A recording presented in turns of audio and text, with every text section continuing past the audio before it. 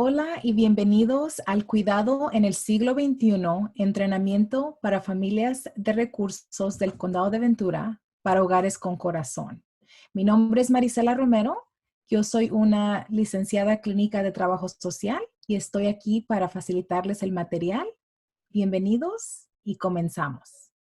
Los objetivos generales de aprendizaje del día 2 de entrenamiento son definir el trauma e identificar los tipos de trauma que experimentan los niños, describir cómo responden los niños al trauma, explicar el impacto del trauma en el desarrollo físico y psicológico, explicar el concepto del cuidado sensible del trauma y sus beneficios, describir cómo ayudar a los niños a recuperarse del trauma a través de la sanación reguladora emocional y desarrollando resiliencia, identificar las estrategias para ayudar a desarrollar su propia resiliencia, identificar los objetivos del manejo eficaz de la conducta, articular el manejo de la conducta, las expectativas de hogares con corazón del Condado de Ventura y cómo estas expectativas afectan su rol como familia de recursos,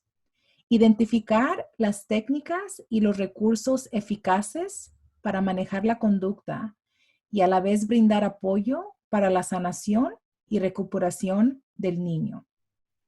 Hoy es un día muy importante de su entrenamiento. El rol principal de las familias de recurso es el cuidado de los niños. Por eso es muy importante comenzar la discusión sobre el cuidado sensible del trauma temprano y desarrollarlo a menudo. Empezamos con una actividad. Debido al trauma, los niños en cuidado de crianza no pueden y no responderán a la crianza tradicional como otros niños. Sus cerebros aún no están completamente organizados y desarrollados para entender la causa y efecto tradicional de los modelos de crianza. Vamos a pensar en esta actividad de alguien que usted conoce, que ha pasado por un trauma. Vamos a reflexionar sobre cómo el trauma afectó a esa persona, cómo ese trauma cambió la vida de ese ser y pensamos en una persona fuera de nosotros. No hay que usar nuestras propias experiencias porque a veces todavía seguimos lastimados por eso. Queremos hablar y pensar libremente de alguien que conocemos, que observamos de esa persona. Vamos a platicar y pensar entre nosotros acerca de cómo el estrés traumático hizo sentir emocionalmente a esa persona, cómo el estrés traumático hizo sentirse físicamente a esa persona y cómo el estrés traumático afectó la vida diaria y las relaciones de su amigo familiar.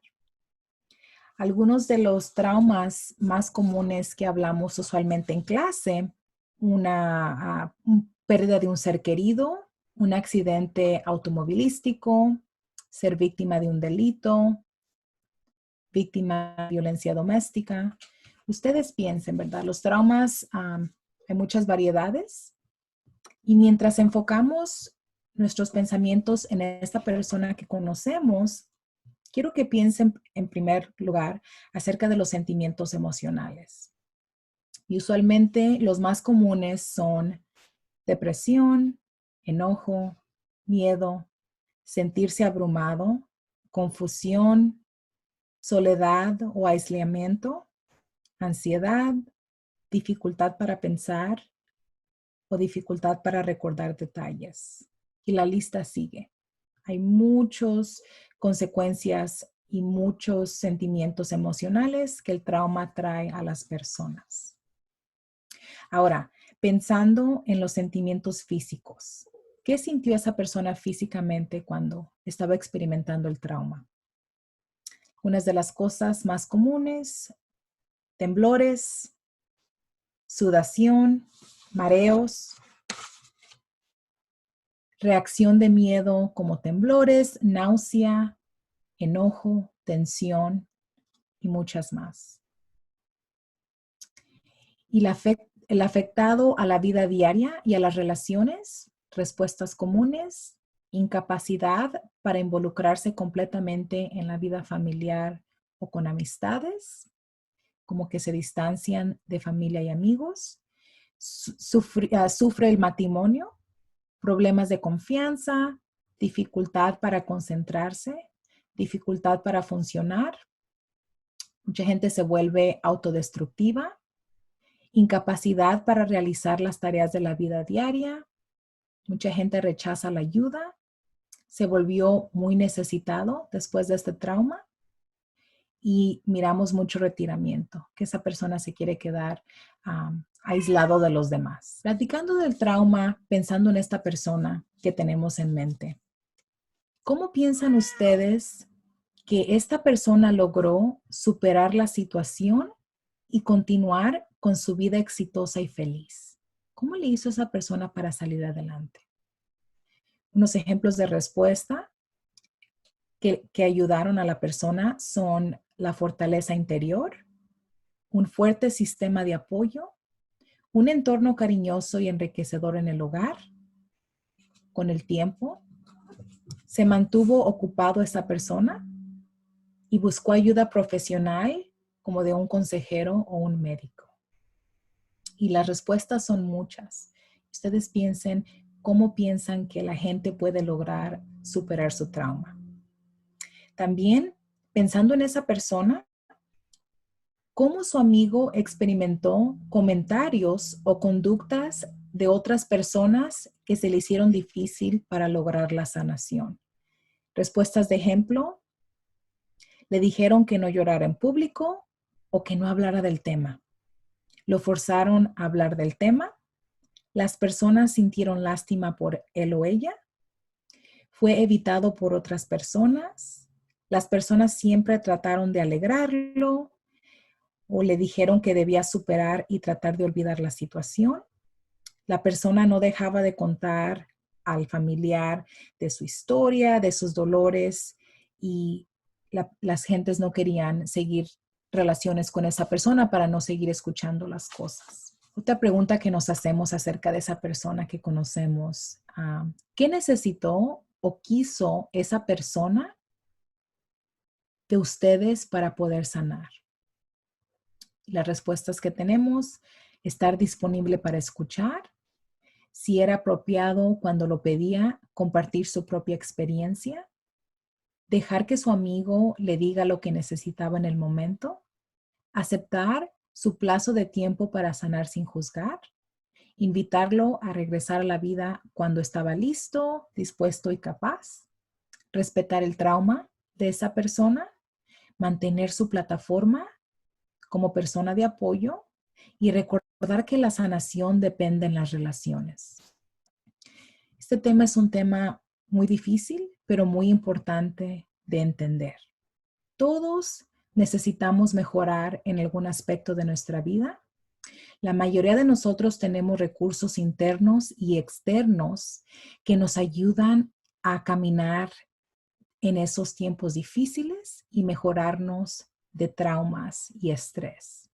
Como adultos, tenemos mecanismos para sobrellevar la situación que nos ayuda a ser personas capaces y seguras. Y como adultos, usamos estas habilidades de resiliencia para superar los momentos más difíciles de nuestra vida. Desafortunadamente, muchos niños que han sufrido del trauma no han aprendido esas habilidades de resiliencia. Y es algo bien importante para las familias de recursos entender de que les tenemos que ayudar a desarrollar esas habilidades que uno como adulto capaz ya tiene. Todos nosotros hemos enfrentado estrés en nuestras vidas y la mayoría tenemos experiencias personales o de segunda mano. Algunos de nosotros hemos experimentado un accidente de automóvil que puso en peligro la vida. Algunos de nosotros hemos experimentado la pérdida de un padre, un cónyuge tal vez incluso un hijo. Y algunos de nosotros hemos experimentado la pérdida de un empleo o problemas de salud. Sabemos que el estrés relacionado con el trauma puede tener un efecto significativo en nuestros sentimientos, relaciones y nuestra vida diaria. El estrés también puede afectar nuestra conducta, actitudes y reacciones. Como adultos resilientes, tenemos recursos para salir adelante y llevar una vida saludable. Ya sea que tenemos resiliencia naturalmente o si hicimos un trabajo interno para obtenerla. Como adultos sólidos, hemos encontrado formas para manejar nuestras emociones y nuestras vidas para poder seguir adelante. Y recuerden, esto es algo que vamos a hacer con los niños de crianza para poder ayudarles a sobresalir de ese trauma basado en la relación de padre a hijo. Y es bien importante entender que debemos ver la vida a través del lente del trauma que este niño mira. Tenemos una oración por Walt Whitman que dice, había un niño que avanzaba cada día y todo lo que miraba se volvió parte de él. Todo lo que los niños experimentan se convierte en una parte de la fibra de su ser. Estas experiencias incluyen las cosas feas y confusas que les llamamos trauma y las cosas buenas que experimentan, que creamos y compartimos con ellos. Comenzaremos a examinar los efectos del trauma, analizando las historias de niños de diferentes edades que han estado en cuidado de crianza. Conozcamos a Miguel y Marisol. Leyendo esta historia, quiero que ustedes tomen en cuenta qué pensamientos, sentimientos y reacciones tenemos acerca de ellos. Haciendo eso, nos ayudará a prepararnos para ayudar a los niños que tienen trauma, que van a entrar a nuestro hogar. La historia de Miguel, 5 años, y Marisol, 7 años. Marisol, Miguel e Ibiza llegaron a la casa de crianza con una familia de apoyo cuando un reportero desconocido llamó debido a la preocupación porque Linda usaba medicamentos recetados y alcohol. Su preocupación era que los menores tenían contacto con Ronaldo sin supervisión. Los investigadores obtuvieron la siguiente información. Presuntamente, Marisol sufrió abuso sexual por parte de su papá cuando ella era más joven. El papá de Marisol también tuvo condenas penales que incluían agresión sexual con agravantes y agresión sexual contra un menor. Presuntamente, el papá de Miguel había abusado sexualmente de los otros 2 menores.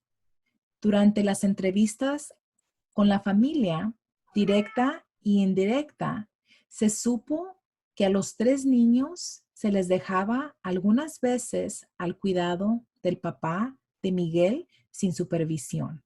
Linda, la madre, tiene un historial de hospitalizaciones por intentos de suicidio y por trastornos mentales y ha reconocido ante los investigadores que toma múltiples medicamentos y va a múltiples doctores para pedir recetas que le ayuden a dormir.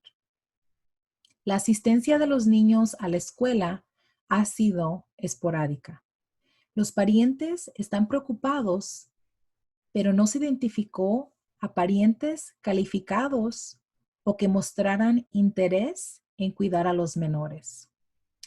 Hubo un amigo de la familia que declaró que Linda le ofreció a uno de los menores a cambio de no presentar cargos cuando Linda le había robado. Entre las personas que no eran parientes, no había disponibles para los menores algunos cuidadores calificados. Se propusieron 3 para un estudio de casa, pero al ser contactados por el investigador, retiraron su oferta de cuidador de menores. Linda fue hospitalizada bajo la ley Baker tras ir inicialmente a un refugio contra violencia doméstica. Con apoyo de la agencia y a los menores se les puso en custodia. Los 3 menores habían atestiguado violencia doméstica e intentos de suicidio. Los 2 hijos menores podían describir el tipo y número de pastillas que la madre tomó durante su intento de suicidio más reciente. Los 3 niños habrían de colocarse juntos en un cuidado de crianza. El plan será la reunificación con la madre, aunque el padre de Miguel declaró que limpiaría su nombre y buscará la custodia de los menores a pesar de su historial previo, con acusaciones de abuso sexual. Esta es la historia de Miguel y Marisol y quiero que tomen unos minutos para reflejar y analizar pensamientos, sentimientos y reacciones que trae esta historia. Algunas de las respuestas más comunes que recibimos en clase es enojo hacia los padres, tristeza por los niños, temo que no podría manejar mis propias emociones si un niño me contara esas historias, miedo saber que sucede este tipo de cosas con los niños en sus familias y hogares. Mucha gente cuenta que la experiencia les recuerda a algo que ellos vivieron. Pensamientos, mucha gente en clase responde, alguien tiene que castigar a ese padre. Ese padre no debería tener permiso de tener a sus hijos de regreso. Ese padre es negligente, elige a las drogas en vez de a sus hijos. Ese padre elige a su pareja en vez de a sus hijos. Y gente ha respondido, ese padre está loco y no es capaz de cuidar de ningún niño nunca. O yo tuve esa misma experiencia, entonces yo sé cómo puedo ayudar a un niño que pasó por eso. Y gente también responde, ¿verdad? ¿Qué quisiéramos hacer? Y nos dicen, ¿verdad? Quiero salvar a ese niño. Quiero borrar esas experiencias de la memoria de ese niño. Y no quiero tener contacto con el padre, pero sí quiero ayudar al niño. Y siendo bien honestos con uno mismo, tenemos que analizar esos pensamientos, esos sentimientos, porque necesitamos educarnos acerca de la historia de los papás también y recordar que estamos haciendo este trabajo por familia. Sí por los niños, pero también por las familias enteras. Miguel y Marisol han experimentado diferentes formas de trauma. Como resultado, presentan desafíos únicos para las familias de recurso. Y quiero que tengan en cuenta todos esos pensamientos, sentimientos que ustedes tuvieron escuchando esta historia para poder entender el trauma un poquito más. Una gran parte de apoyar a los niños con trauma es conocerse a uno mismo y mantenernos conscientes de nuestra propia respuesta personal y el rol en el camino hacia la sanación para los niños bajo nuestro cuidado. Algunas personas quieren hacer este trabajo porque su propio camino hacia la sanación les ha enseñado habilidades y valores que pueden ayudar a otras personas. Y otros padres de crianza nos dicen que ellos eligieron este trabajo porque no se imaginan esta vida que están teniendo los niños. Nunca ellos experimentaron eso personalmente y por eso quieren ayudar a niños que necesitan una persona capaz. Pero sin importar la razón por la que ustedes decidieron ser padres de recursos, sabemos que están aquí porque tienen un corazón muy grande y quieren ayudar a nuestros niños en el sistema de crianza. Es importante tener en cuenta y abordar su propia reacción hacia los padres. Si tienen experiencias traumáticas, ustedes mismos que no han sido resueltas, es bien importante tomar en cuenta cuáles son esas experiencias traumáticas y cómo podemos ayudarnos a nosotros mismos para poder ayudar a esos niños a llegar a la sanación. Para los cuidadores familiares, esto puede ser especialmente bien difícil porque es algo que sucedió entre familia. Los familiares pueden sentirse culpables, enojados y muchas otras emociones en relación con el trauma que vivió la familia. Ahora vamos a definir qué es una experiencia traumática. De acuerdo con los expertos de salud mental, un evento traumático es diferente a los eventos comunes y corrientes estresantes o molestos de vidas diarias. En primer lugar, para que algo califique como una experiencia traumática, el acto tiene que amenazar la vida o la integridad física del niño o de alguien extremadamente importante para el niño. Por ejemplo, un padre, un abuelo o un hermano. En segundo lugar, causa una sensación de temor abrumador, desesperanza y horror. En tercer lugar, el cuerpo reacciona a esta amenaza automáticamente con aumento de la frecuencia cardíaca, temblores, mareos o debilidad, respiración acelerada, liberación de las hormonas del estrés como adrenalina y cortisol y pérdida del control de los intestinos o vejiga. Las respuestas físicas al trauma pueden ser aterradoras en sí mismas. Sentir que el cuerpo está fuera de control agrega para el niño sentimientos de desesperación y pánico. Se puede sentir que el peligro está adentro y fuera al mismo tiempo. Un niño pequeño nos contó, mi corazón latía tan fuerte que pensé que se me iba a salir del pecho. Ahora vamos a platicar acerca de los tipos de trauma. Negligencia. La negligencia es una de las razones más comunes por la que los niños necesitan refugio y son colocados fuera de casa. La negligencia puede considerarse traumática para un niño que depende completamente de un adulto para que lo cuiden. Desafortunadamente, ese adulto lo deja solo en una cuna, con un pañal mojado y sucio, y el niño sufre el dolor del hambre y se agota por horas de llorar. La negligencia se siente como una amenaza a la supervivencia.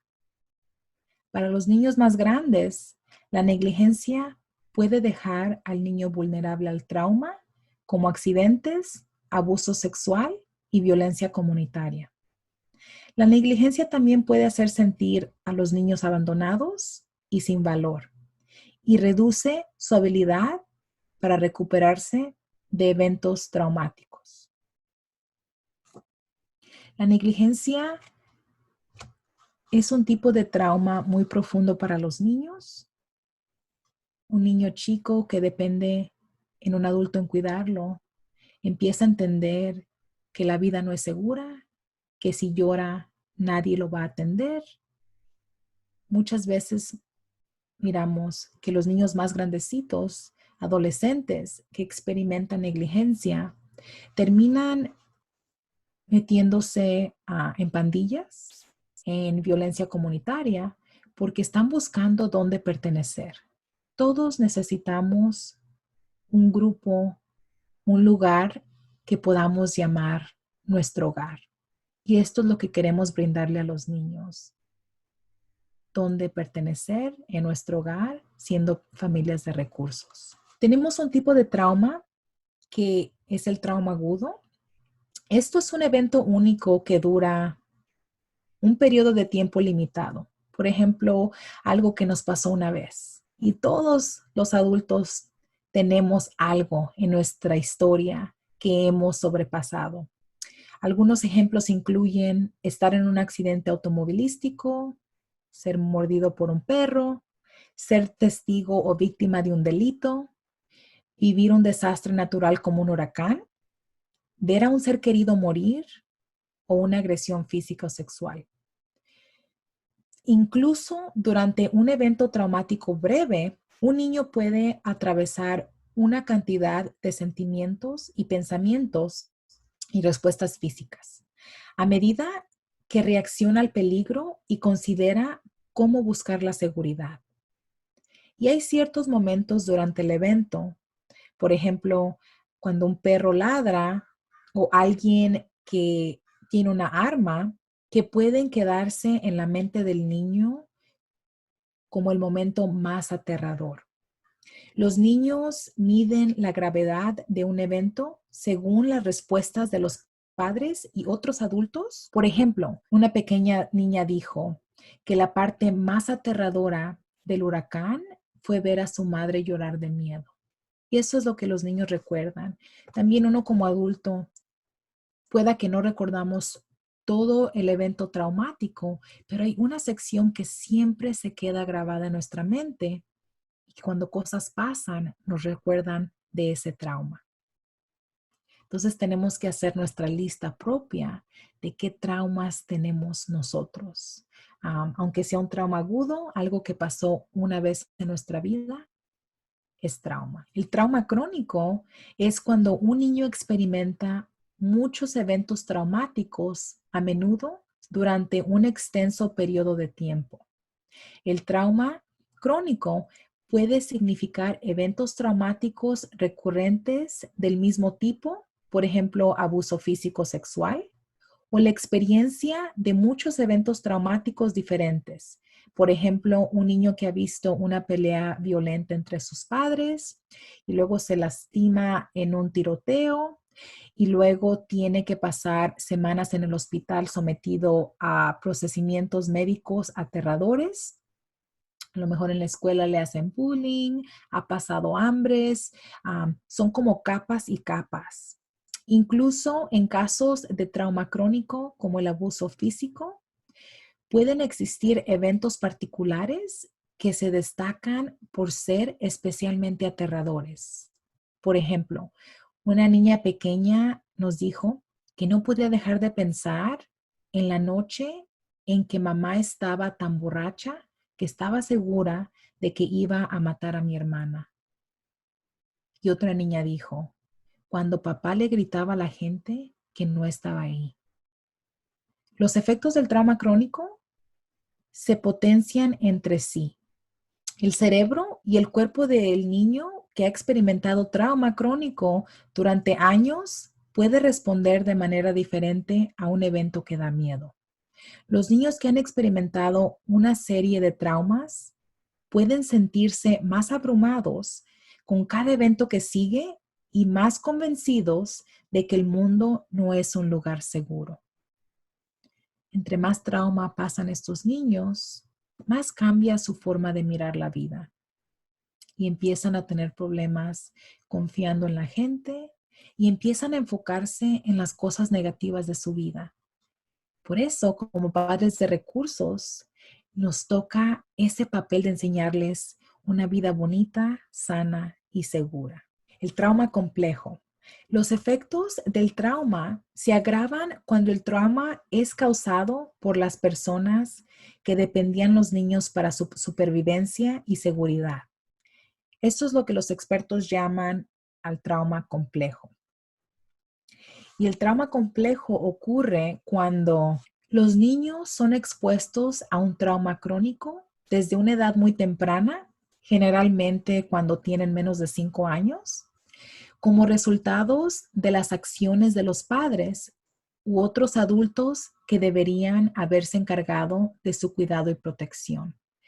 Este trauma complejo afecta mucho a los niños de 0 a 5 años, especialmente cuando el trauma es hecho por una persona que ese niño depende de su sobrevivencia. La negligencia y el trauma complejo en general van a la mano con padres negligentes que cometen actos como encerrar al niño en un armario, atar a un niño a una cama, negarle comida o agua al niño, drogar al niño para que se quede callado. Ahora vamos a hacer una actividad para poder identificar los tipos de trauma con la historia de Miguel y Marisol.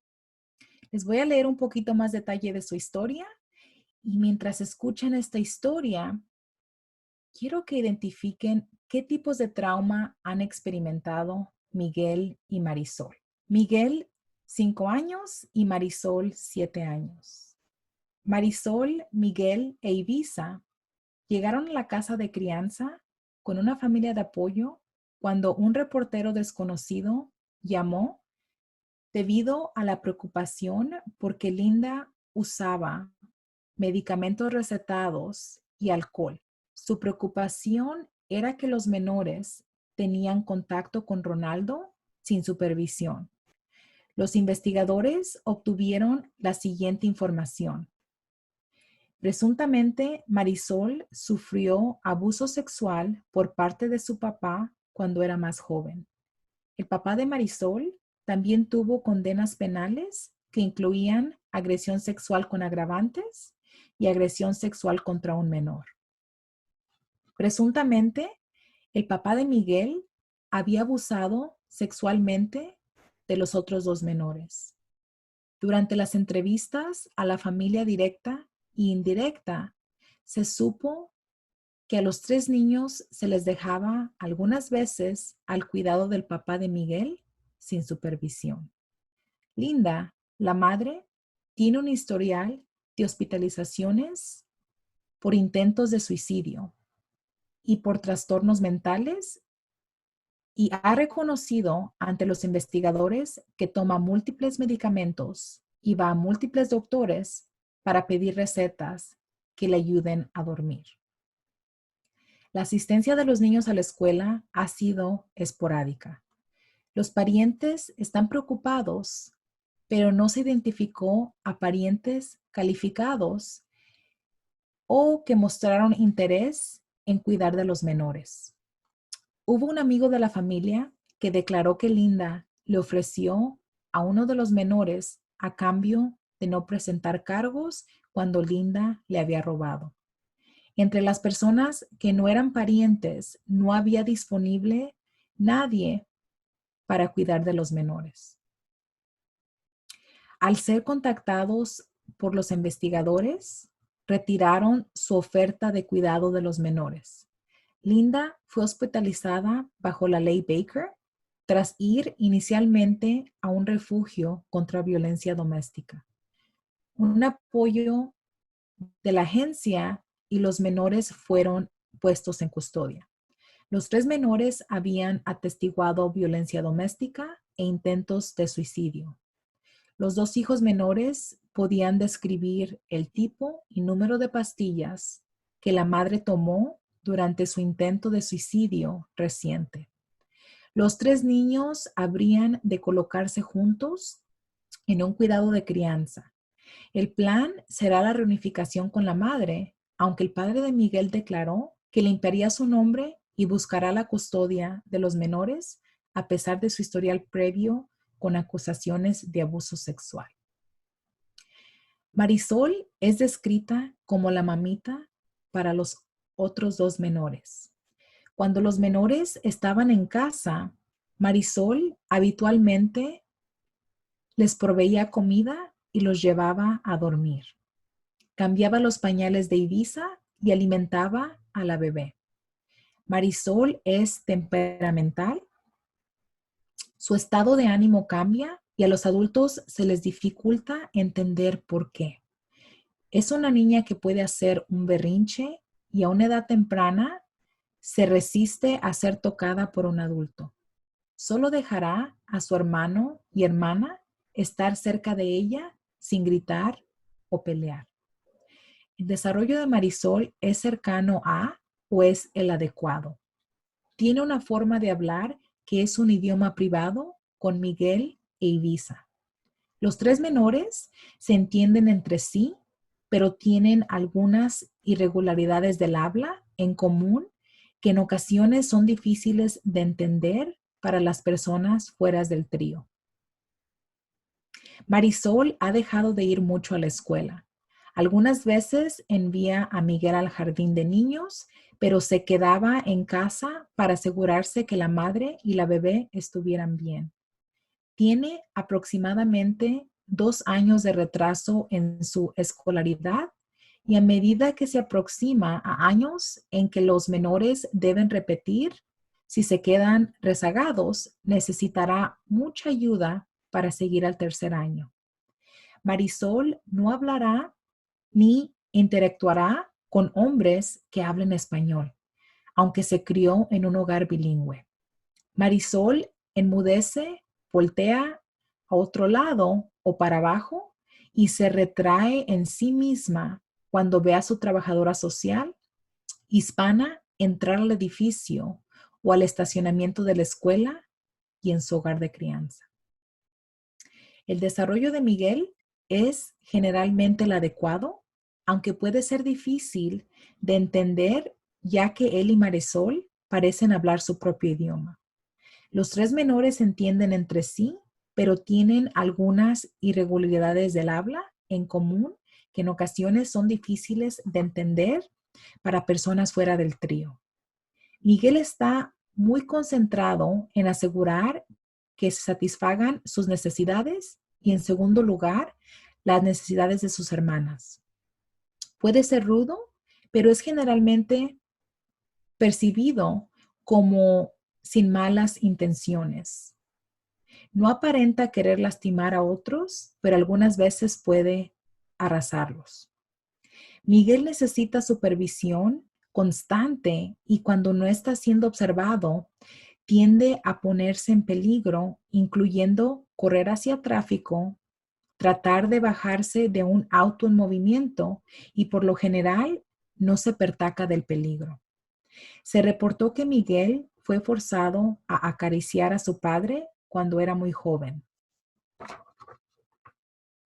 y sigue en ocasiones demostrando conductas sexualizadas no apropiadas de autoestimulación, especialmente a la hora del baño. No se ha reportado que haya iniciado alguna conducta sexualizada con los demás. Miguel no hará caso a un adulto. Si Marisol se lo ordena, cambiará de opinión o se concentrará en lo que se le está pidiendo. Miguel hablará o jugará con cualquier persona excepto su padre. Ahora tomamos unos minutos para pensar e identificar los tipos de trauma en esta historia. Y algunos ejemplos del trauma que estos niños tuvieron fue trauma crónico, agudo y negligencia. Ellos fueron testigos de intentos de suicidio, pasaron por negligencia, separación de los padres y abuso sexual. El trauma se puede vivir de diferentes maneras y como cada niño, el trauma y la respuesta traumática serán individuales, aun sean hermanos de la misma familia. A pesar de la amplia gama de experiencias traumáticas, existen algunas respuestas comunes entre las personas. En su rol como familia de recursos, podrán utilizar el conocimiento y la información disponible para entender del impacto traumático de que los niños bajo su cuidado han experimentado y obtener orientación con respecto a cómo ayudarles a llegar a la sanación. Respuestas al trauma. El trauma afecta a las personas en un nivel celular. Esto significa que a diferencia de otras experiencias y reacciones, el trauma crea una respuesta automática, desesperada y orientada a la supervivencia de las personas. Cuando una persona está traumatizada, el cerebro entra en un nivel automático de funcionamiento que literalmente cambia el funcionamiento del cerebro. Cuando este patrón es repetido, la conexión cerebral real puede determinarse por el trauma. ¿Pueden imaginar que una persona traumatizada siempre está alerta para atacar? Podría volverse demasiado sensible o sentirse atacado, o podría tener dificultad para conocerse y concentrarse en cualquier otra cosa que no sea responder a una situación que se siente ser de vida o muerte. El impacto del trauma es como se programa el cerebro. Aprendemos que las respuestas automáticas del cerebro, que probablemente son pelear, huir o paralizarse. Esto se convierte en las respuestas automáticas que los niños exhiben cuando están experimentando o recordando su trauma. Y es importante saber que las experiencias de los niños bajo su cuidado tuvieron antes de conocerlos a ustedes, aún pueden estar presentes y afectar de manera que se formó su cerebro y sus patrones de conducta. Entonces, a veces, como padres de recursos, miramos que lo que está pasando no llama a la reacción que el niño está teniendo.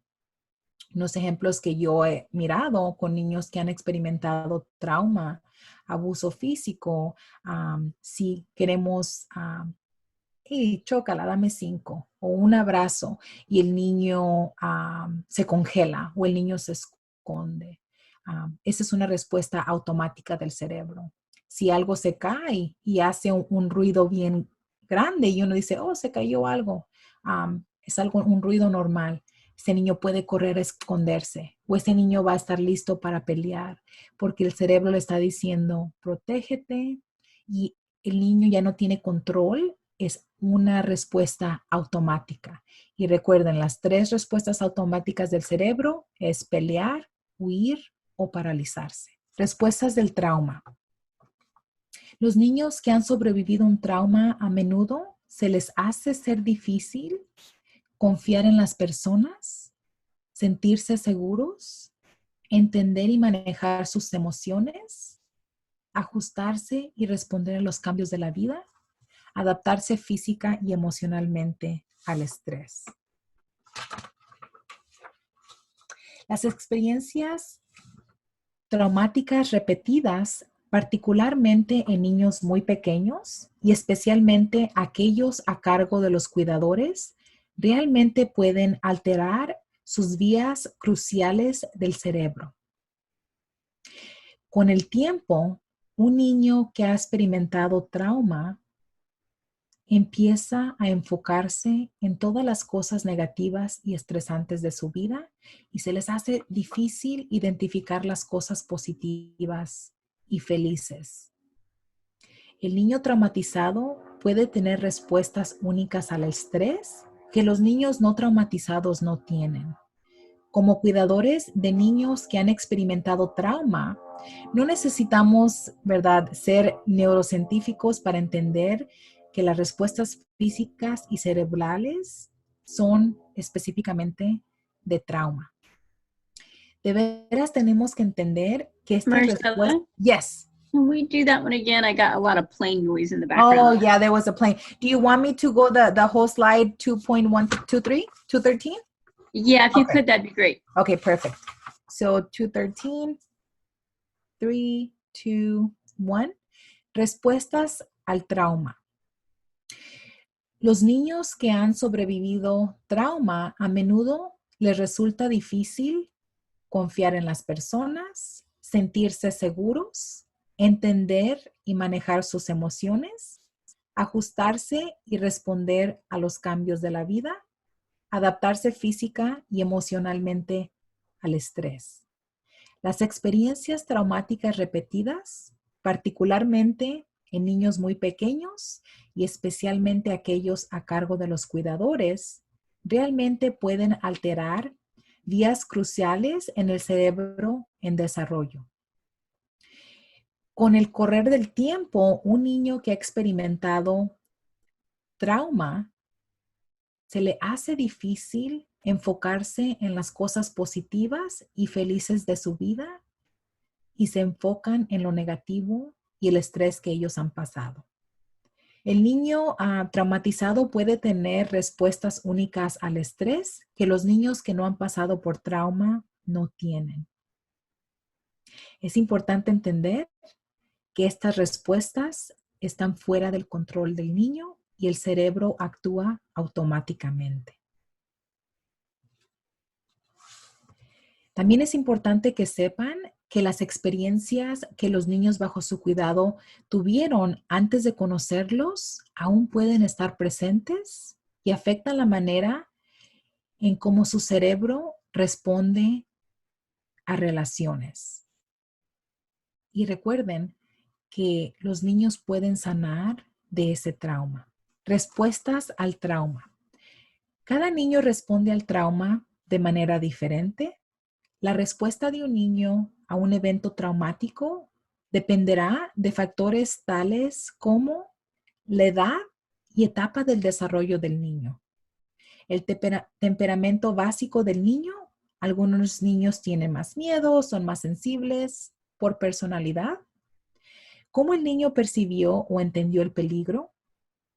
Las experiencias pasadas con el trauma del niño. Los efectos del trauma pueden ser acumulativos. Cuanto más trauma en la vida de un niño, más difícil será para enfrentar una nueva situación traumática. Debido a estos factores, queremos aprender un poquito más acerca de las respuestas del trauma. Y en su libro de participante pueden leer con detalle las páginas 21 a 29 que les explican con detalle estas respuestas al trauma. Vamos a encontrar más información acerca del cerebro y esta información es bien importante para poder entender a los niños un poquito más. Entender cómo el cerebro responde al trauma y cómo poder ayudarles. Convertirse en un cuidador sensible al trauma. Todos nosotros tenemos un compromiso de trabajar con niños que han experimentado trauma. Ahora tenemos más acceso al conocimiento del trauma, aprendemos cómo afecta a los niños y cómo ayudamos a los niños a recuperarse de ese trauma. Ya que uno se educa, podemos entender un poquito más de este trauma y cómo ayudarle a los niños para sanarse. Ser una familia de recursos sensible al trauma les facilitará comunicarse con el niño bajo su cuidado, ayudar al niño a manejar su conducta y actitudes, obtener para el niño la ayuda que necesita de la escuela, trabajadores sociales, terapeutas y todos los profesionales accesibles para el niño. Reducir su propio riesgo de compasión, fatiga o estrés traumático secundario y ser un cuidador más eficiente y satisfecho. Por eso es bien importante que aprendamos y entendamos el trauma. ¿Qué es la sanación basada en relaciones? Existen muchos modelos diferentes de sanaciones basadas en relaciones. Todos tienen enfoques y filosofías muy similares y tienen una cosa principal en común. La creencia de que desarrollar relaciones consistentes y de apoyo con los niños traumatizados es el paso principal para ayudarlos a sanar. Los niños necesitan relaciones que puedan ayudarlos a ver el mundo como un lugar seguro y de apoyo. Y necesitan adultos que los ayuden a desarrollar habilidades para entender y manejar sus emociones. En un enfoque de sanación basada en las relaciones, también buscamos entender a los niños y su conducta en lugar de solo controlar su conducta y hacerlos responsables.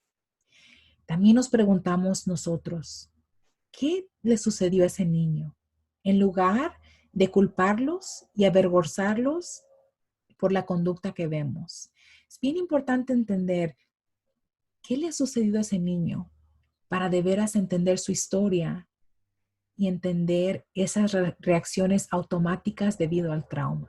Relación de sanación emocionalmente reguladora. El modelo de sanación emocionalmente reguladora de Julie Alvarado se basa en un profundo entendimiento de que cuando las personas están traumatizadas, posiblemente no tengan la capacidad de manejar o regular las emociones abrumadoras. Esto se debe a las maneras en que el trauma puede afectar nuestra conexión cerebral y desarrollo. La sanación reguladora emocional se enfoca en que los adultos deben permanecer como plataformas para ser sanadores eficaces. La regulación y la sanación dependen de las relaciones. Los niños no pueden sanarse sin la relación con un adulto competente. Los cuidadores no serán efectivos en la vida de los niños si estos adultos no mantienen sus sentimientos regulados y estables emocionalmente. Si los adultos reaccionan en lugar de responder a una situación determinada, entonces corren el riesgo de no ayudar a los niños, peor aún, traumatizarlos todavía más. Este modelo dice que nos vamos a mantener en plataforma, vamos a ser las personas seguras para estos niños y vamos a ayudarles a sanar simplemente dándoles una relación buena y segura de padre a hijo. Parar, caer y rodar. Brevemente vamos a hablar de este concepto. A medida que vamos a trabajar con los niños, vamos a necesitar herramientas para poder ayudarles con el trauma. Julia Alvarado habla sobre el cuidador sensible al trauma y utiliza este modelo que se llama parar, caer y rodar. Parar significa que queremos dejar de reaccionar. Realizamos un control personal de nuestras reacciones y luego volvemos a enfocarnos en las necesidades de los niños bajo nuestro cuidado. Paramos y decimos a nosotros mismos, ¿qué estoy sintiendo? Debe identificar el sentimiento, respirar y luego tratar de entender que este es un sentimiento, su reacción y no la del niño. Deben identificar el sentimiento, respirar y luego tratar de entender que este es su sentimiento, su reacción y no la del niño. El siguiente paso es caer o echarse al suelo. Cuando decimos esto, queremos decir literalmente caer. Al reaccionar, es probable que estén aumentando un desencadenante al volverse emocionales.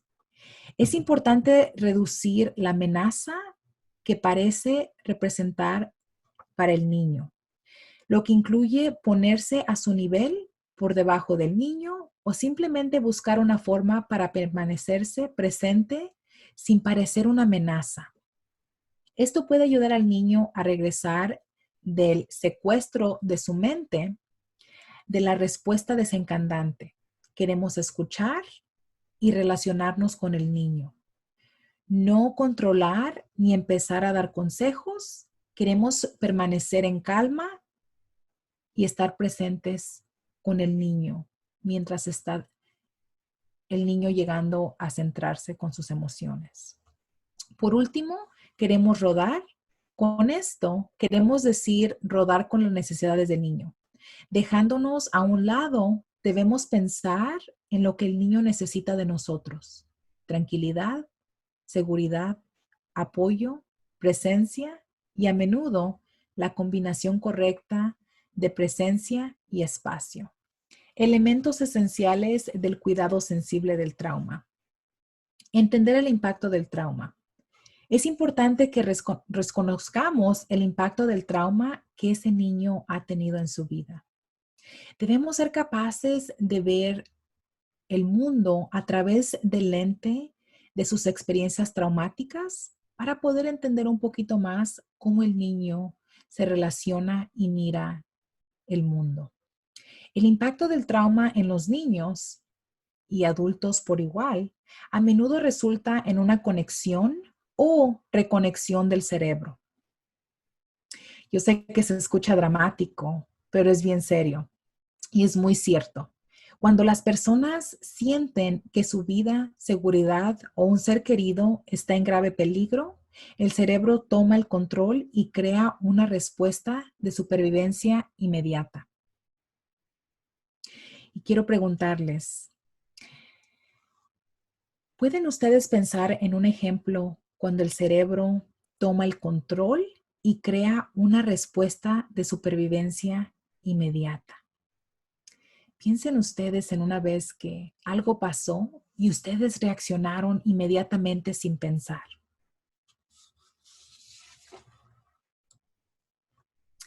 Un ejemplo puede ser, me pasó que fui a escalar, estaba escalando en la montaña, pasó una culebra, automáticamente yo corrí.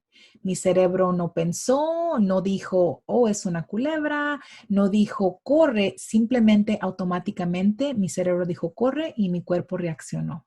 Así igual los niños. Algo pasa y el cerebro automáticamente reacciona. Y muchas veces por el trauma, lo que está pasando no es una cosa de peligro, pero recuerden que el niño mira la vida por ese lente traumático hasta que se sane y hasta las cosas más normales parecen ser de peligro para los niños de crianza. Y como el impulso o sobrevivir es tan primario, esta respuesta programada es literalmente la manera en que el cerebro del niño le dice que reaccione cada vez que se siente inseguro o amenazado, ya sea emocionalmente o físicamente. También queremos crear una sensación de seguridad. La seguridad es fundamental para la vida exitosa de cualquier persona, pero crear un ambiente de seguridad es esencial para un niño que ha experimentado trauma. Con frecuencia, ¿no se han sentido seguros en sus propios hogares? Debemos establecer seguridad físicamente y desarrollar una relación para que puedan identificar que somos unas personas seguras para ellos y así darles seguridad psicológica. Para generar seguridad, los cuidadores primero deben manejar sus propias emociones y estar tranquilos y presentes. Y cuando digo presentes, quiero decir emocionalmente y físicamente presentes para las necesidades de este niño. Así como podemos ayudar a un niño a obtener un sentido de seguridad y en definitiva trabajar con los niños para reprogramar su cerebro para reducir agitaciones intensificadas que han sido respuestas del trauma para la sobrevivencia. Dándoles un lugar seguro, una atmósfera segura, les vamos a ayudar a sanar su cerebro. También queremos manejar nuestras propias emociones. El trauma puede hacer sentir a un niño sobrepasado con sentimientos de miedo, enojo, vergüenza y desesperación. Incluso las personas e interacciones que se consideran neutrales según los estándares normales de la vida, un niño puede mirar una situación y enfocarse en lo negativo. Eso causa emociones que no coinciden con lo que está pasando.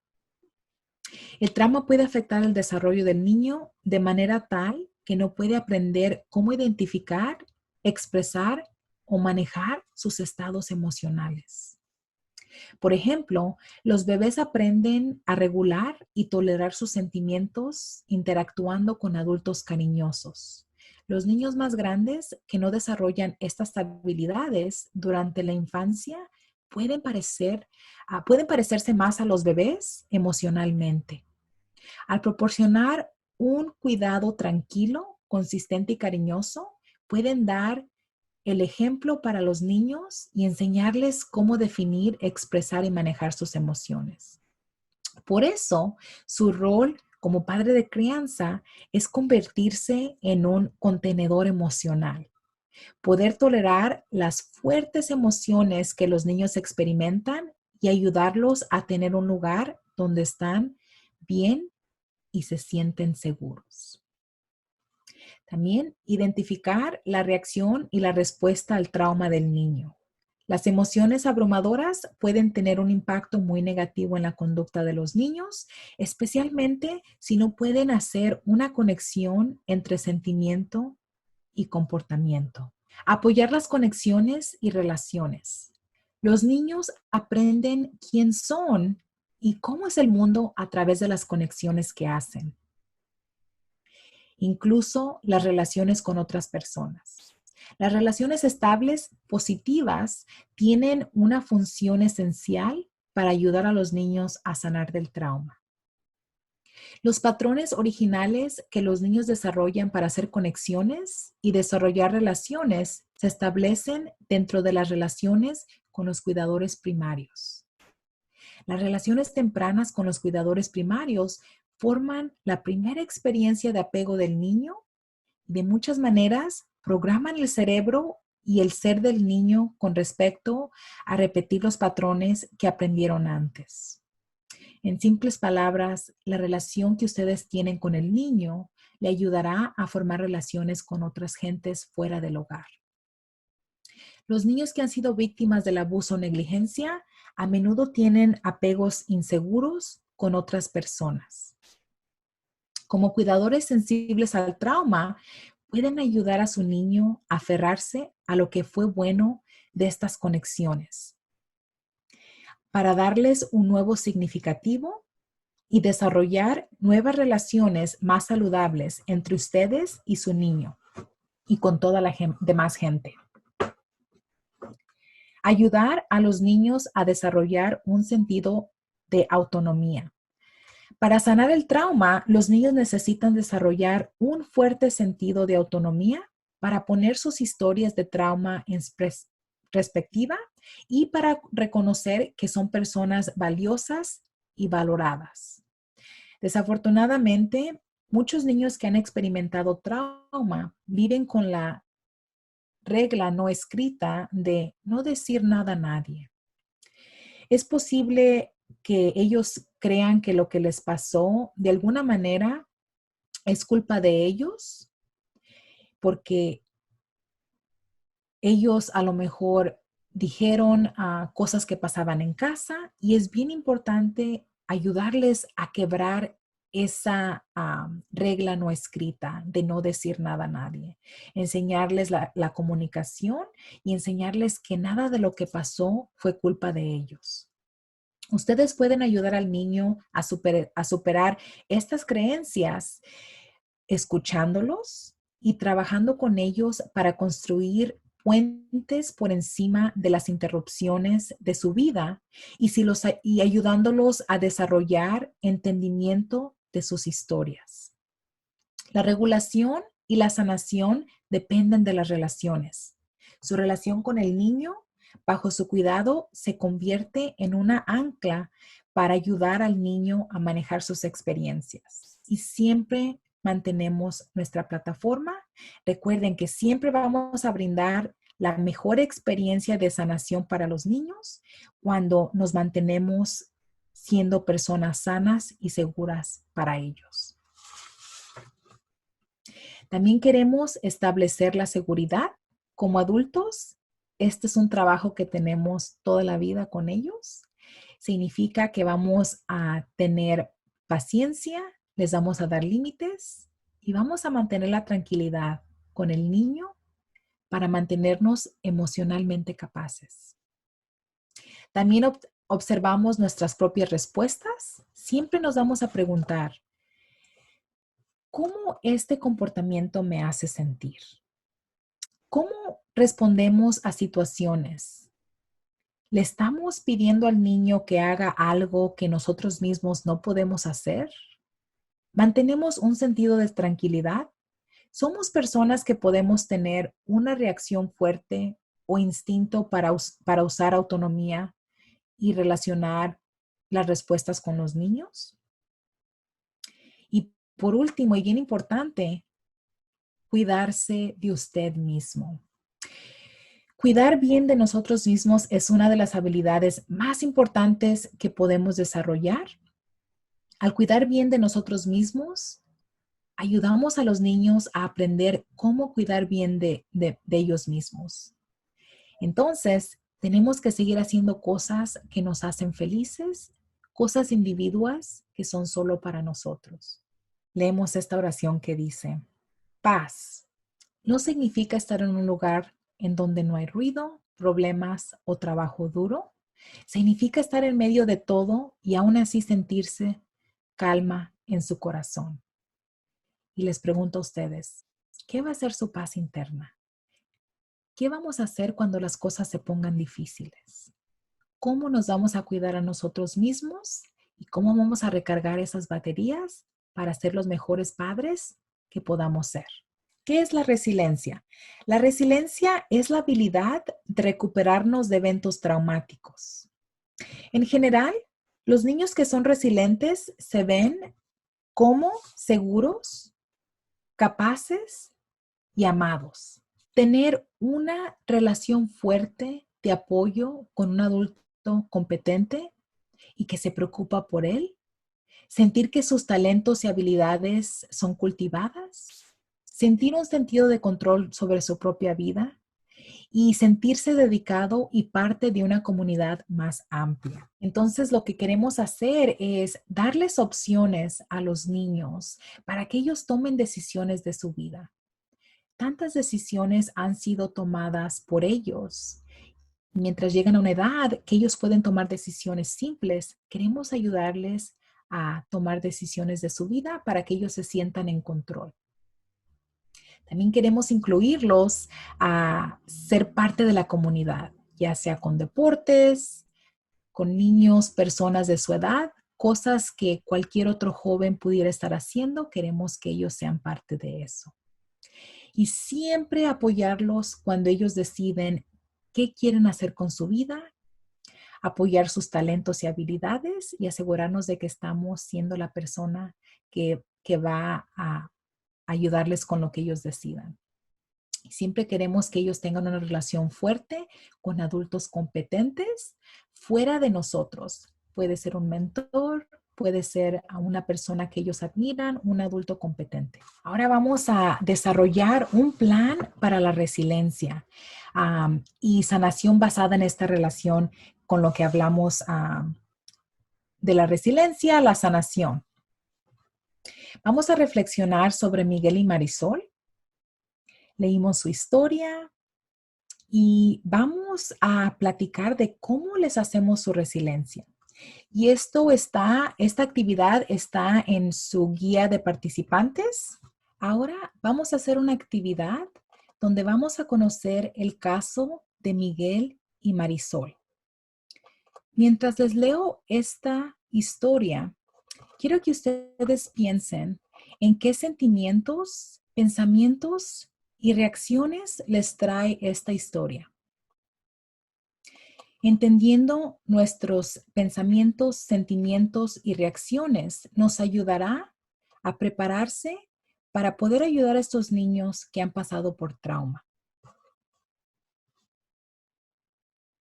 Miguel, 5 años. Marisol, 7 años.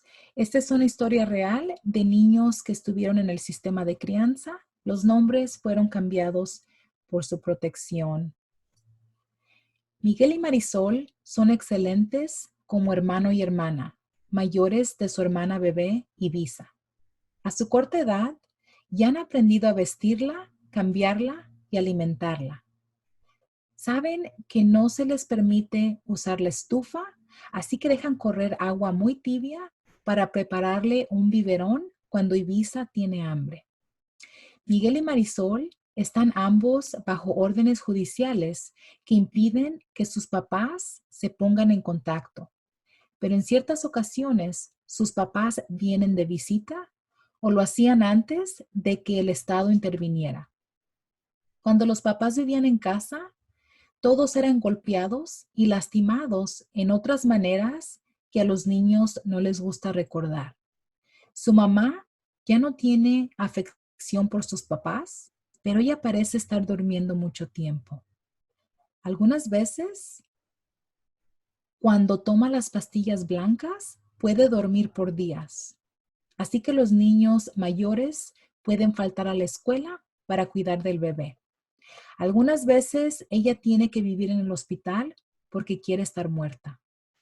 La encontraron cubierta de popó y sangre una ocasión y llamaron al 911. Marisol cuidó bien del bebé y no entiende por qué tuvo que dejar de hacerlo cuando fueron colocados en cuidado. Con esta historia empezamos a reflejar qué sentimientos, qué pensamientos, qué acciones tenemos, cuáles son sus respuestas emocionales, sentimientos con respecto a la historia de Miguel y Marisol. Algunas respuestas que nos dan en clase comunes son enojo hacia los padres, tristeza por los niños, temor que no podría manejar mis propias emociones si un niño me cuenta esas historias. Da miedo saber que suceden este tipo de cosas a los niños en sus familias y hogares. La experiencia me recordó algo que me sucedió a mí y recordarlo me hizo sentir por esos niños. ¿Qué están pensando sobre esta historia? Algunos ejemplos de respuestas en clase son: alguien tiene que castigar al padre. Este padre no debería tener permitido tener a sus hijos. Este padre eligió las drogas en lugar de sus hijos. Este padre eligió a su pareja en lugar de sus hijos. Este padre está loco y no es capaz de cuidar de un niño nunca. Yo tuve esa misma experiencia, entonces sé cómo ayudar y nunca podría trabajar con ese padre. ¿Qué le gustaría hacer por este niño? Y en clase, unas respuestas comunes son: quiero salvar a ese niño. Quiero borrar esas experiencias negativas del niño y no quiero tener contacto con ese padre. Miguel y Marisol han experimentado diferentes formas de trauma. Como resultado, presentan desafíos únicos para las familias de recursos responsables en su cuidado. Quiero que tengan en cuenta que estos pensamientos, sentimientos incluso a medida que avanzamos y observamos los desafíos de las familias de recurso, nos ofrecen conocimiento extra, conocimiento acerca de nosotros mismos. Una gran parte para poder ayudar a los niños traumatizados es conocerse a uno mismo y mantenernos conscientes de nuestra propia respuesta personal y el rol en el camino hacia la sanación para los niños bajo nuestro cuidado. Algunas personas deciden que este trabajo es para ellos siendo padres de crianza, porque su propio camino hacia la sanación les ha enseñado habilidades y valores que pueden ayudar a otras personas. Y otros padres de crianza deciden que este trabajo es para ellos, porque no se imaginan una vida así de niños y ellos nunca tuvieron experiencia con el trauma. Sin importar la razón por la que decidieron realizar este trabajo y este curso, durante nuestro tiempo juntos tendrán la oportunidad de descubrir cuáles serán sus fortalezas y necesidades con respecto a poder abordar los desafíos de la sanación de los niños y padres que han sido traumatizados. Es importante tener en cuenta y abordar sus propias reacciones.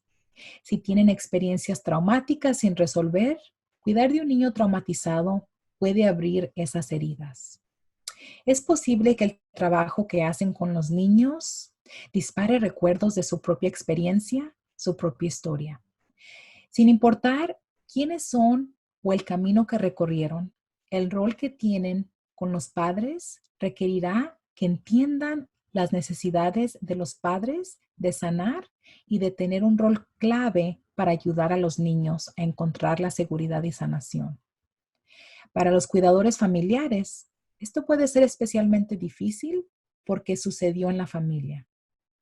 Los familiares pueden sentirse culpables, enojados y muchas otras más emociones en relación con el trauma que vivió la familia. Es importante ser honesto con uno mismo acerca de pensamientos, sentimientos y reacciones que tenemos acerca de la historia de trauma de los niños. Y es importante llegar a entender a los padres biológicos. Y con tiempo que vamos a entrenar, vamos a aprender un poquito más acerca de la historia de los padres para poder ser un poquito más capaces de trabajar con ellos y entender sus historias de trauma.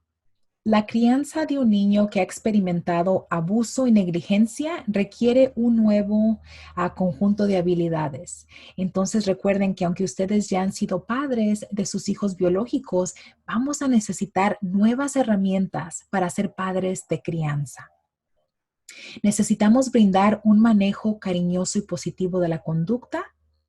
Eso es una expectativa de hogares con corazón y es lo mejor para ese niño porque le ayuda a promover la modificación de la conducta a corto plazo y los objetivos de sanación a largo plazo. Es importante recordar que estos son consejos más generales sobre la crianza informada por el trauma y que cada niño necesita algo un poco diferente.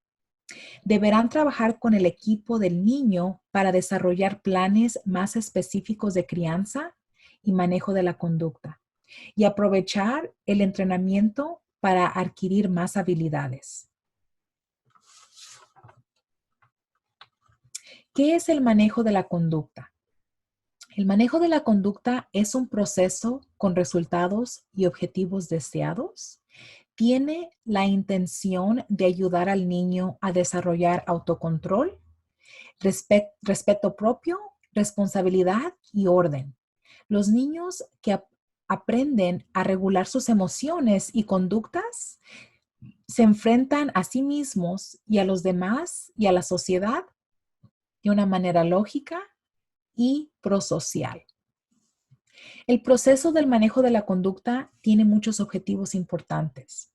Esto incluye proteger y enriquecer el bienestar físico y psicológico de los niños.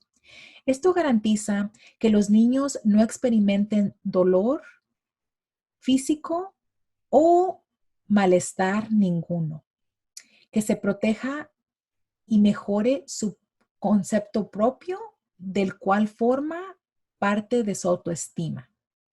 Promover el desarrollo de los niños. Esto incluye manejar el desarrollo físico, emocional, intelectual, social y moral del niño y considerar la seguridad y estado de desarrollo del niño. Satisfacer las necesidades del niño. Las necesidades son lo que impulsa la conducta de las personas.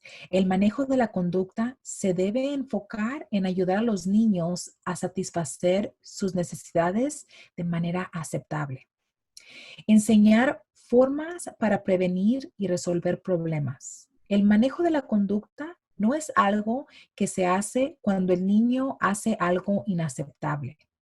El manejo de la conducta implica que el niño debe resolver problemas utilizando y aprendiendo de las experiencias previas. Incluye estructurar un entorno para prevenir que se produzcan problemas. Mantener y desarrollar la relación entre cuidador e hijo. Los niños crecen a través de relaciones enriquecedoras, de aceptación y confianza con los adultos que son importantes para ellos. Los métodos que se utilizan como parte del proceso disciplinario no deben perjudicar este elemento esencial para el crecimiento y desarrollo saludable. Ayudar a los niños a desarrollar autocontrol y responsabilidad. El manejo de la conducta debe brindar a los niños la capacidad de controlar sus impulsos, de usar sus normas internas para gobernar la conducta, para tomar decisiones y para alentarlos a asumir responsabilidades por sus acciones. Producir la conducta deseada. La intervención adulta debe resultar en el afecto que se desea. No debe contribuir a la conducta de evitación, miedo o lo opuesto a lo que se considera el objetivo del proceso disciplinario. Le llamamos manejo de la conducta y no le llamamos castigo. El manejo de la conducta no es castigo porque se trata de entender el porqué detrás de una conducta y tratar de enseñar nuevas habilidades. Usamos la frase manejo de la conducta porque el castigo implica. Usamos la frase manejo de la conducta porque el castigo implica la idea de crear una consecuencia negativa que desalentará a los niños. I'm going to start the slide all over again because my phone was ringing. Sorry. Slide 2.24. 3, 2, 1. Le llamamos manejo de la conducta y no castigo. El manejo de la conducta no es castigo. Se trata de entender el porqué detrás de una conducta y tratar de enseñar nuevas habilidades. Usamos la frase manejo de la conducta porque el castigo implica la idea de crear una consecuencia negativa que desalentará a los niños a repetir la conducta no deseada. Desde una perspectiva sensible al trauma, siempre debemos comenzar con la pregunta de si la conducta que vemos se trata de una consecuencia directa del historial traumático del niño. Cuando la conducta y la desregulación emocional son el resultado de eventos traumáticos, el niño no elige su conducta, sino que reacciona a eventos externos. Por lo tanto, es mejor entender y luego, cuando sea realista, ayudar al niño a entender cómo la conducta es una respuesta del pasado y cómo cambiamos el futuro. Quiero que piensen ustedes por un segundo, ¿cuáles son ejemplos de castigos? Cuando pensamos en la palabra castigo, ¿qué pensamos? Algunas respuestas comunes son infligir dolor a través del castigo corporal, como cachetadas, nalgadas, ridicularizar o amenazar al niño, imponer sufrimiento, como negar la comida o aislar al niño, castigar o retirar privilegios. ¿Qué piensan ustedes que son formas de manejo de la conducta aceptables y cuáles no? Personalmente, ¿qué piensan ustedes que son aceptables y no? Algunas respuestas que nos dan es retirar privilegios, ¿verdad? Es algo aceptable. Algunas formas de castigo, como castigo corporal, no es aceptable. Y la razón por eso es porque no logran ningún objetivo de manejo de la conducta. Y esto está prohibido porque es algo grave que le da daño al niño y que puede causar daño al desarrollo del niño. El castigo corporal también es una violación de los derechos de los niños y de las regulaciones del título 22. Métodos prohibidos de manejo de la conducta. Editor's note, this is page 33 on the participant's guide. 3, 2, 1. Métodos prohibidos del manejo de la conducta.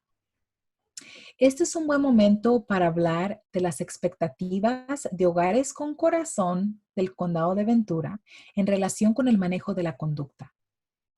Los siguientes métodos de manejo de la conducta están prohibidos. Usar el castigo corporal, como nalgadas, cachetadas, pellizcos, sacudidas. Delegar el manejo de la conducta o permitir el castigo de un niño en cuidado de crianza por parte de otro niño o un adulto que el niño no conoce. Negar comida, ropa o refugio. Permitir que los niños sean sometidos a abuso verbal o comentarios despectivos sobre sí mismo y los miembros de la familia. Usar tiempos de castigo en el hogar limitado, bajo llave, mal eliminado o mal ventilado por cualquier periodo de tiempo. Usar tiempo muerto por largos periodos de tiempo. Someter a los niños a castigo cruel, severo, humillante o inusual. Inferir con la implementación del plan de caso, las necesidades del niño y el plan de servicios como castigo. Negarle a un niño contacto o visitas con su familia como castigo. Usar el ejercicio físico como castigo de manera excesiva o que pueda poner en riesgo la vida del niño o que dure tanto tiempo que afecte el tiempo para el trabajo escolar, dormir o comer. Algunos ejemplos es estar arrodillado, parados con los brazos extendidos y que hagan flexiones de brazos. Amenazar al niño con el retiro o un informe a su trabajador social, el juez u otras autoridades como castigo. Por último, castigar a los niños por mojar la cama o errores que se cometen durante el proceso de entrenamiento para ir al baño. Se debe hablar con el trabajador social con respecto a las técnicas para trabajar con niños que aún no están entrenados para ir al baño, antes de aceptar a un niño no entrenado. Si hay problemas con respecto al entrenamiento, se deben comunicar al trabajador social. Si las familias de recurso no cumplen con estas expectativas de manejo de conducta o disciplina, podrían ocurrir lo siguiente. El trabajador social del niño tratará de hablar con la familia de recursos. Se podrá hacer una derivación del equipo para más educación y apoyo a la familia de recursos. Se ofrecerá derivaciones para entrenamiento adicionales. Se desarrollará un plan de apoyo para la familia de recursos a utilizar una crianza más apropiada para garantizar que se cumplan los acuerdos y las expectativas de sanación. Dependiendo de la violación, se debe generar una queja. Recuerde que una violación a los derechos de los niños es una violación a la directiva escrita de RFA. Dependiendo de la naturaleza de la queja, también se podrá realizar una derivación a la línea directa de abuso infantil. En este momento se iniciará la investigación de licencia.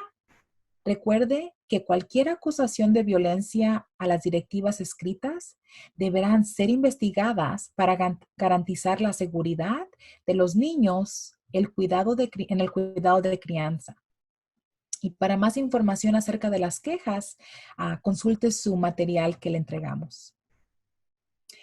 Ahora le preguntamos, ¿qué deben hacer si tienen problemas para manejar la conducta de un niño?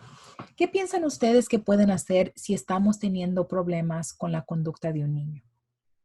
Y en clase, algunas respuestas comunes: pedir ayuda, contactar al trabajador social para pedir ayuda a cómo manejar la conducta problemática. Tener más entrenamiento. El programa de Niños y Familias Juntas tienen entrenamiento en casa para usted y sus niños para enseñarles herramientas de cómo ayudarles a los niños con su conducta. También queremos involucrar al padre biológico para poder entender una mejor cultura y los antecedentes del niño, su nivel de desarrollo, su temperamento, las necesidades y los desencadenantes. Además, algunas de las conductas pueden ser resultados de que el niño no se siente dividido a del amor de sus padres.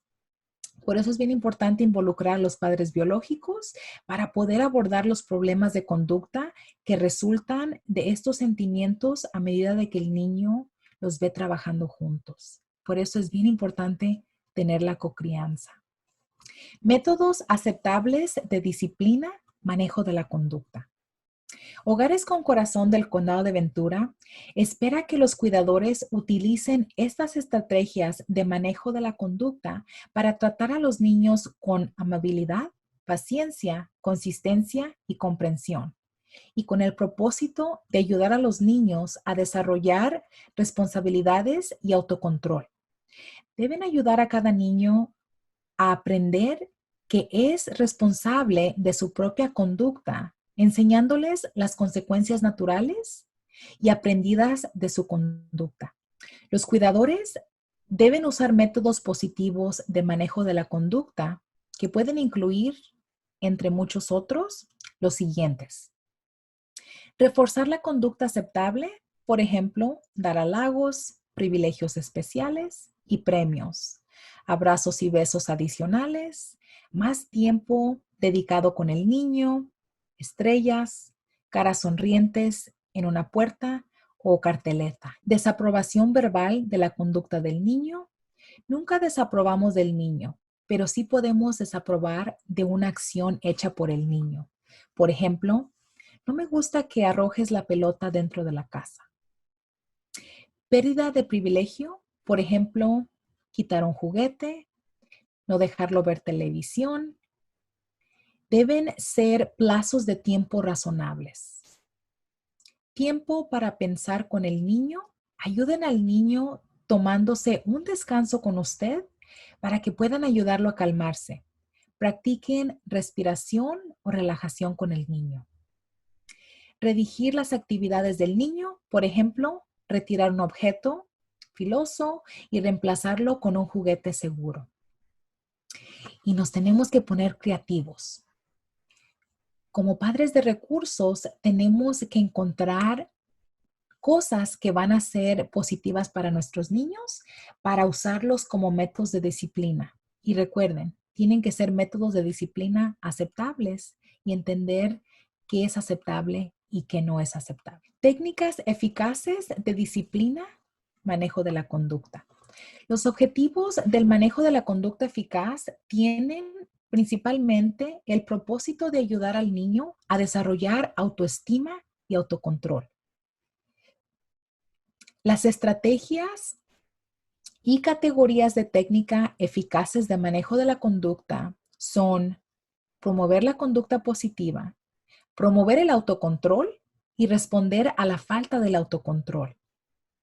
Podemos promover la conducta positiva escuchando a los niños, formulando preguntas, brindando alentamiento, dar ejemplos, halagar la conducta deseada y recompensar la conducta apropiada. Podemos lograr esto de la siguiente manera. Practicar buena comunicación. Necesitamos la habilidad de escuchar, reflejar sentimientos y hacer preguntas apropiadas. Desarrollar las fortalezas del niño, usar halagos verbales y no verbales, honestos, compartir sentimientos positivos y sonrisas, recompensar y apoyar, alentar a los niños. Les recuerdo que el siguiente paso es conectarse para empezar el proceso de solicitud y aprobación, y una solicitud debe ser presentada en o antes de su último entrenamiento. Hoy aprendimos cómo el trauma infantil afecta la conducta y cómo la sanación reguladora emocional puede guiar el manejo de la conducta eficaz y el crecimiento para los niños y familias. Por favor, sigan con la mente abierta y aprovechen esta nueva experiencia de aprendizaje. También recuerden que este entrenamiento es parte del proceso de selección mutua y que la evaluación continua seguirá durante todo el entrenamiento. Gracias por estar aquí. Gracias por abrir sus hogares y corazones a nuestros niños en el sistema de crianza. Agradecemos su participación.